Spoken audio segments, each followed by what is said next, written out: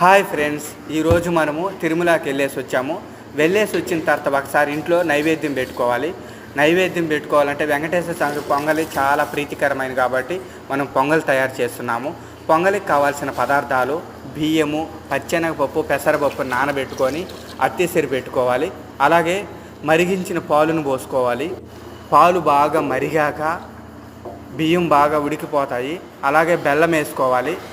బెల్లం పొంగల్ అంటే చాలా ఇష్టము వెంకటేశ్వర స్వామికి. మనం ఈరోజు బెల్లం నైవేద్యం తయారు చేస్తున్నాము. బెల్లాన్ని బాగా నలగొట్టుకొని వేసుకున్న తర్వాత కలుపుకోవాలి. అలాగే ఒక ప్యాన్లో నెయ్యి వేడి చేసుకొని జీడిపప్పు, బాదం పప్పు, ఎండు ద్రాక్ష ఇవన్నిటిని వేసుకొని బాగా బ్రౌన్ కలర్ వచ్చేదాకా వేగించుకోవాలి. బాగా బ్రౌన్ కలర్ వచ్చేదాకా వేగాక అయినా తిరుమలకి దర్శనం చాలా బాగా జరిగింది. తిరుమలకి వెళ్తే ఎన్నో సంవత్సరాల పుణ్యం వస్తుంది. మన పాపాలన్నీ తొలగిపోతాయి.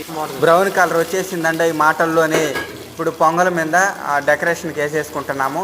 చూడండి, బాగా బ్రౌన్ కలర్లో వేగిన జీడిపప్పు, బాదం పప్పు పొంగల్ అయితే రెడీ అయిపోయింది. ఇప్పుడు దేవుడి ముందు నైవేద్యం వేసేస్తున్నాము.